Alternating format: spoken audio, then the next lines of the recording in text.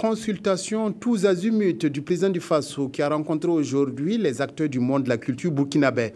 Artistes, musiciens, cinéastes, comédiens, producteurs professionnels des arts plastiques et appliqués, littéraires, écrivains, bref, du beau monde à Kosiam pour échanger avec Michel Kafando. Reportage Ernest Kambiré. Nouvelle preuve du dialogue inclusif engagé par le président du Faso avec les différentes composantes de la société burkinabé. Ce face-à-face, Michel Kafando, représentant des artistes et acteurs de la culture, a permis d'échanger à bâton rompu sur tous les aspects de la vie nationale, sur la culture burkinabé et au-delà. Praticien du cinéma et de l'audiovisuel, du livre, de la musique, des arts et de la scène, des arts plastiques et appliqués et du patrimoine, toutes les filières du monde de la culture burkinabé étaient représentées. Un moment précieux d'échange saisi par le chef de l'État, Michel Kafando, pour les inviter à soutenir les actions de la transition. Je n'ai pas besoin de le dire.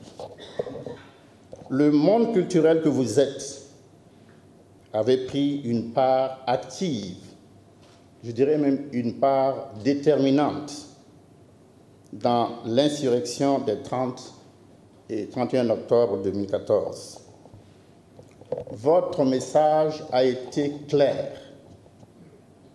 Votre message a été entendu par la transition, qui en a pris bonne note.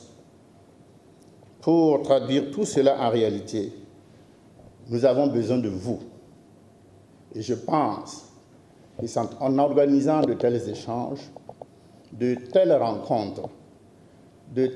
rencontres de proximité, que nous pouvons arriver à évaluer ce que nous avons fait ensemble depuis cette insurrection. Ces moments d'échange direct sur tous les aspects de la vie nationale a permis aux artistes, acteurs du monde de la culture, de poser leurs préoccupations au président du Faso. À ce titre, les dossiers qui nous semblent prioritaires sont l'opérationnalisation de l'Agence de développement des industries culturelles et créatives, ADIC, entendue déjà depuis 2 ans, qui nous permettra d'avoir des ressources pour des productions culturelles et artistiques de qualité et davantage professionnaliser nos acteurs. Autre préoccupation soulevée, le manque d'appui financier pour soutenir la création, le port de la tenue traditionnelle, la fréquentation des salles de ciné, la question des droits d'auteur, la formation, la professionnalisation du FESPACO et de sa privatisation. L'avenir du FESPACO réside en sa privatisation.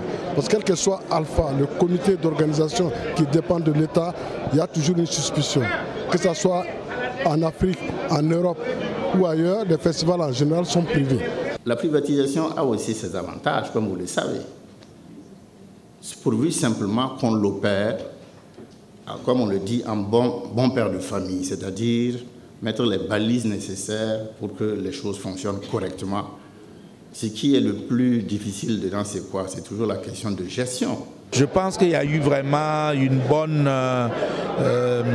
révision de toutes les problématiques et on espère que des choses concrètes vont pouvoir se mettre assez rapidement en place. Je dirais que je suis satisfaite à 50% parce que voilà, on a posé nos doléances, on veut mieux comprendre, il a donné des réponses.